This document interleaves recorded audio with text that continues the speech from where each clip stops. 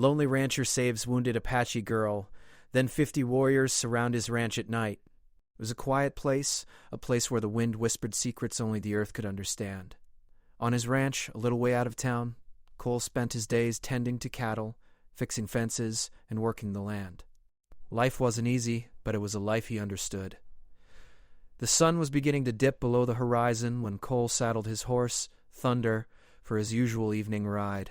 The dry earth crunched beneath Thunder's hooves as they moved across the open plains, the sky painted in hues of orange and pink. It was a peaceful evening, just like any other, but something in the air felt different. There was a sense of tension, a feeling that the winds were bringing something new. As they crested a low hill, Cole's sharp eyes spotted a figure lying on the ground below. It wasn't unusual to see wildlife in the distance, but this was something else. A human figure, crumpled on the dry earth. Thunder slowed as Cole urged the horse forward. The figure was a woman, an Apache girl by the look of her clothes. Her face was pale, her skin smeared with dirt, and her clothes torn as if she had been through a brutal struggle. She was barely conscious, the blood on her legs soaking into the dry ground. Cole's heart raced as he dismounted and knelt beside her. "Hey, you're all right. Let me help you," he said, his voice soft but firm. She flinched at his touch, but when her eyes met his, he saw a flicker of fear mixed with a deep sense of pride. She was an Apache, and from the way she looked at him, Cole knew she wasn't going to accept help easily. "I'm not here to hurt you," Cole said, trying to ease her fear. "Just hold on." Her breath came in sharp, shallow gasps as she winced in pain. "Who did this to you?"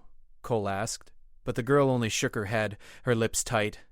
Cole could see she wasn't ready to speak, but he didn't push. Instead, he worked to stabilize her, doing what he could with the limited supplies he carried.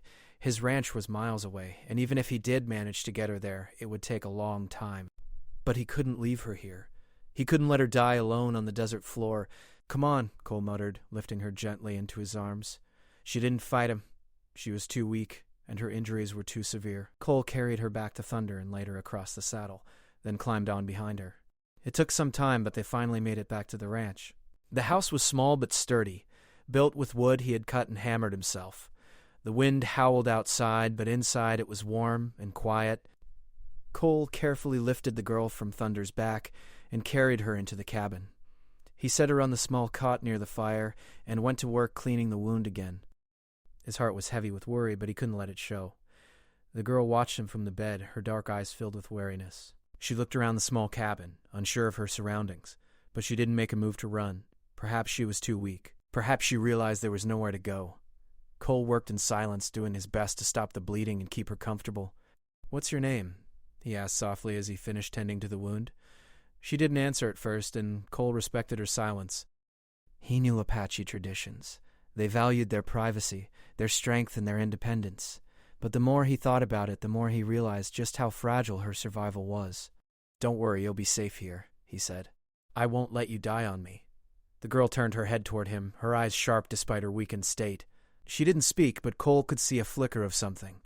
Gratefulness, perhaps, or maybe just acceptance. Night settled in around the ranch, the wind still howling outside.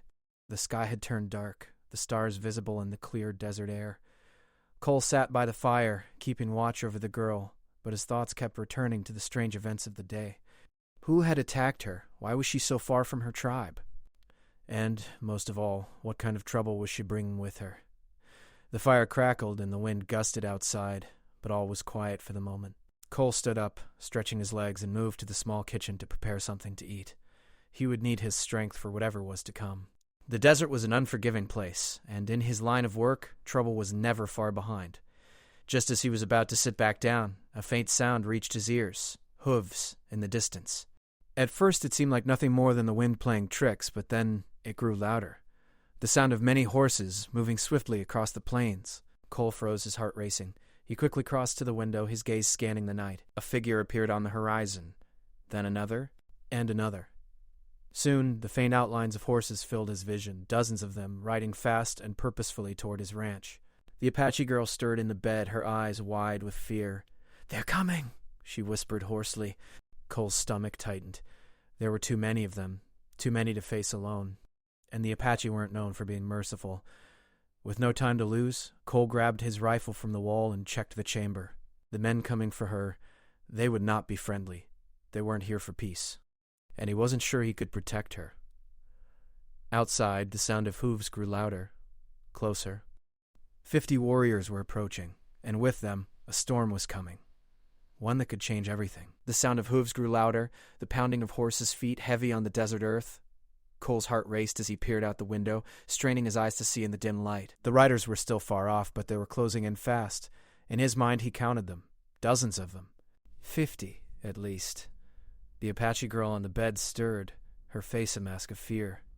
Cole's hand tightened around the rifle. This wasn't just some passing group of travelers. This was a war party, and they were heading straight for him. "They're coming for me," the girl said, her voice trembling. Cole turned to face her, his mind working quickly. "How many of them are there?" 50, maybe more," she replied, her voice barely above a whisper. The wind outside howled, rattling the windows, but Cole could still hear the thundering of hooves in the distance. He knew it wouldn't be long before they reached the ranch. "They won't stop until they find you," Cole said grimly. His instincts screamed at him to act, but what could he do? His ranch was isolated, and he was outnumbered. His only hope was to keep them at bay long enough for the girl to recover and maybe, just maybe, find a way out. He stepped toward the door, feeling the weight of the rifle in his hands. "Stay here. Do not move," he ordered. The girl didn't argue, but Cole saw the fear in her eyes. She knew the Apache better than anyone. She knew what they were capable of. Cole stepped outside, his boots crunching on the dry earth as he made his way to the barn. He could feel the tension in the air, the stillness before the storm. The wind seemed to die down, leaving only the steady thud of the approaching riders. They were getting closer, and he had no time to waste. Inside the barn, Cole quickly saddled Thunder, his trusted horse, and began preparing for the worst. He grabbed a few extra rounds for the rifle and tied them securely to his belt. He didn't know how long he could hold off the Apache warriors, but he had to try. His heart pounded as he made his way back to the house, his hand brushing the rifle with each step. The warriors would be here soon. There was no time for fear. Just action. As he approached the cabin, he saw the girl standing by the window, her hand pressed to the glass. Her dark eyes met his, filled with a mix of gratitude and fear. "They're almost here," she said, her voice trembling. Cole didn't respond. He simply motioned for her to stay back and walk to the door. He didn't know how much time he had left, but he had to make the best of it. He could hold them off for a while, but if the Apache decided to attack, he would need more than a rifle. He would need strategy, and he would need luck. Just as he was about to step outside, a sharp cry broke through the night air. It was a war cry, a voice filled with anger echoing across the plains. The warriors were here. Cole's grip on the rifle tightened. He stepped outside, into the dark desert night, his breath visible in the cool air. His eyes scanned the horizon, and there they were, dark figures moving swiftly in the distance, their horses kicking up dust as they rode toward him. He counted them now, easily a dozen, maybe more, coming in fast. They would be here in minutes. Cole took a deep breath, steadying himself. The wind began to pick up again, the air growing colder. The stars above seemed to mock him, as if they were watching, waiting for something. He turned to the house, scanning the windows. The girl was still inside, and that was where she needed to stay. He would fight for her, but he wasn't going to let her get caught in the crossfire. The warriors were almost upon him now. His pulse quickened. He couldn't afford to let them get too close. Taking another steadying breath, Cole ducked behind a pile of stacked wood and aimed his rifle at the riders. They were coming in fast, but they didn't seem to be in a hurry to charge. They were waiting, watching him. Cole's mind raced. There were too many of them to fight head-on, and his ranch wasn't defensible enough for a siege. But maybe he could buy himself some time. Maybe he could make them think twice about attacking. He aimed the rifle at the first rider and fired. The shot echoed in the night, the crack of the rifle sharp against the stillness. The first rider fell from his horse with a cry, his body crumpling to the ground. The other riders scattered, pulling their horses to the side as they looked for cover. They didn't expect that kind of resistance. They had thought the rancher was just an easy target. Cole didn't have much time. He fired again, hitting another rider who was trying to get close to the house. The warrior let out a shout of pain before collapsing to the ground. 2 down, but still dozens left to go. The rest of the warriors pulled back, their horses circling, but they didn't retreat. They were testing him, trying to see how strong his defense was. Cole knew he couldn't keep this up for long. You needed a plan. Fast. As the warriors circled, he saw a movement out of the corner of his eye. It was the Apache girl. She had come outside, standing near the door, watching the scene unfold. "No!" Cole shouted, but it was too late. She was already walking toward him. "Get back inside!" he yelled, his voice harsh. But the girl stopped. She raised her head high, her eyes flashing with defiance. "They'll never stop looking for me," she said, her voice steady despite the fear in her eyes. "I can't hide forever." He had known it would come to this, but he had hoped she would stay safe. Before he could say anything more, one of the warriors shouted, a signal to his men. The others turned, riding forward again. They were closing in, ready to take what they wanted. Cole didn't have much time left. The wind howled across the open plains, carrying with it the dust and the promise of a long, dangerous night. Cole Donovan stood at the edge of his ranch, his rifle steady in his hands, eyes locked on the Apache warriors now closing in. He could feel the weight of the moment in his bones, the tension hanging thick in the air. The girl, Tala, had stepped outside, standing near the doorway with a look of resolve on her face. She had made her choice, but now Cole had to decide how far he would go to protect her. The warriors circled around the ranch like wolves, their horses moving slowly, carefully. They weren't charging yet, but they were testing him, seeing how much resistance he could give. Each passing second felt like an eternity, and Cole knew that time was running out. Tala's father, Chief Kinta, led the group. Cole recognized him from the stories he'd heard about the Apache, one of the most feared leaders in the region. The chief was a large man, his features sharp and commanding, with a face that had seen both victory and loss. He rode at the front of the group, his eyes never leaving Cole. "You've made a mistake, rancher," the chief called out, his voice carrying across the night air. "Return my daughter to me, and you can live to see another day." Cole's grip tightened on the rifle. He could hear the menace in the chief's voice, the promise of violence if he didn't comply. But Cole wasn't about to let the girl fall into the hands of these men, not after everything they'd been through. "I'm not giving her up," Cole shouted back, his voice steady, though his heart raced. "She's not yours to take." They were waiting, watching, calculating. Cole knew they were biding their time, waiting for the moment to strike. And with every second that passed, the odds grew more and more against him. Tala stepped forward, her voice quiet but firm. "Please, let me go," she said, her eyes filled with a mixture of sadness and determination. "They will not stop until they have me." Cole shook his head. "I'm not letting you go. You're safe here." Tala's gaze softened for a moment, but then she turned to face her people. She was torn, caught between the man who had saved her life and the family she had known her whole life. Cole could see the struggle in her eyes, the pull of loyalty to her tribe, but also the warmth she had come to feel for him. Chief Kinta's voice boomed again, this time filled with frustration. "You are dishonoring your people, Tala. You have taken refuge with a man who does not understand our ways. He is an outsider." Tala stood tall, her voice unwavering as she spoke. "I am not dishonoring anyone. I am making my own choice. I choose to stay." The warriors murmured among themselves, their voices low and angry. Chief Kinta's face tightened with fury, but Tala's words seemed to strike a chord. For a brief moment it seemed like the standoff might break, like the tension could dissolve, but then the chief gave a signal to his men. "Take her," he ordered, his voice cold and final. The warriors spurred their horses forward, galloping toward the ranch with weapons drawn. Cole's heart hammered in his chest as he raised the rifle, his hands shaking only slightly. He couldn't let them get too close. He couldn't let them take her. He fired. The shot rang out, loud and sharp in the still night air. The first rider toppled from his horse with a shout, falling hard to the ground. The others faltered, pulling their horses to a halt. But they didn't retreat.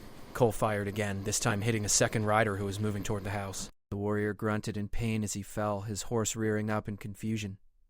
But the Apache weren't giving up. They regrouped, urging their horses forward once more. They were testing him, seeing how much fight he had left. The warriors had not expected this much resistance. They had thought the ranch would be an easy target, that Cole would simply give in. But Cole wasn't about to give up without a fight. Tala's father, Chief Kinta, raised his hand to halt the charge. He was studying Cole carefully, his eyes narrowing. For a moment there was silence, only the wind and the sound of the horses' hooves on the dry earth. "You are a brave man, rancher," the chief said, his voice filled with grudging respect. "But bravery alone will not save you." "I don't need saving," Cole shot back, his voice firm. "And I won't give her up." Tala stepped forward again, her eyes locked on her father. "Please, listen to me. This is my choice. The chief looked at his daughter for a long moment, his gaze hard, then turned back to Cole. You may not be afraid to die, rancher, but your death will not go unanswered. You are an outsider, but you are not beyond our reach.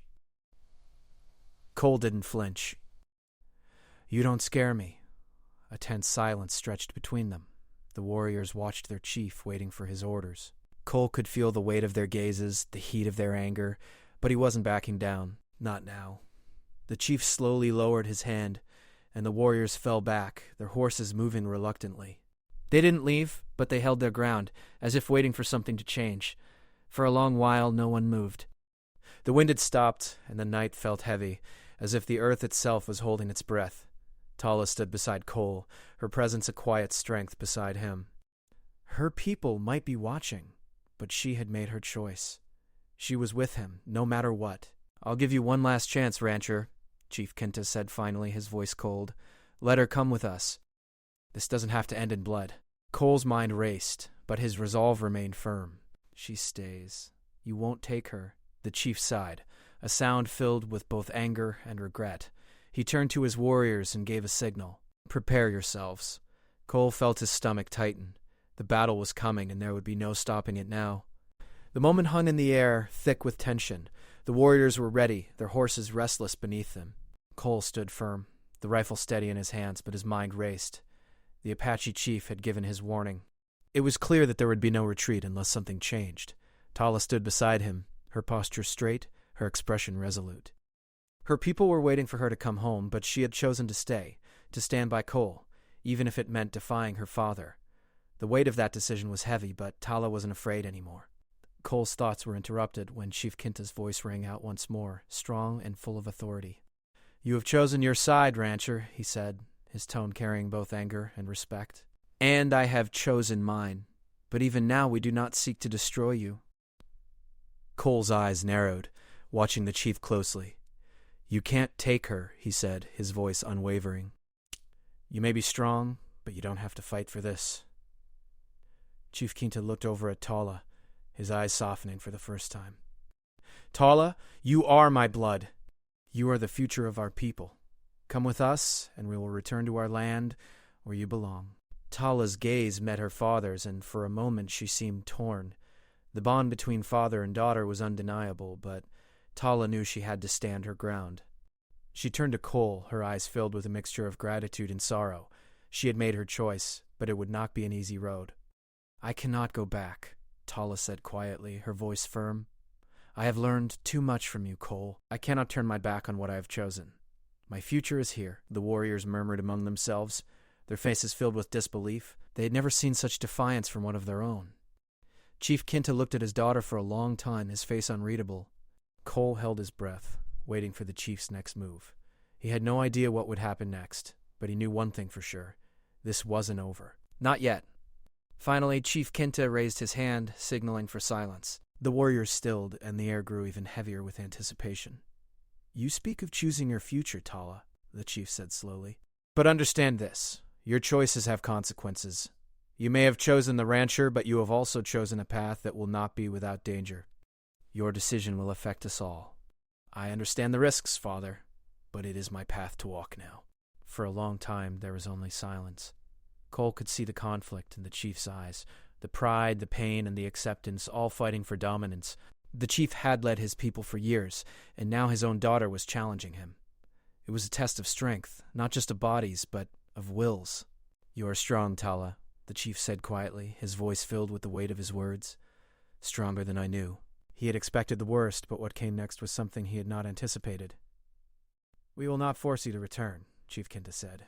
But you are not alone in this world. You will always be part of the Apache, whether you live with us or not. Tala's eyes filled with a mix of relief and sadness, the burden of her decision lifting ever so slightly. Thank you, Father, she said softly. Cole, still holding the rifle, was stunned. He had prepared for a battle, a fight to the death if it came to that. But now, as he stood there with Tala beside him, the possibility of peace had opened up before them. The chief turned his gaze toward Cole.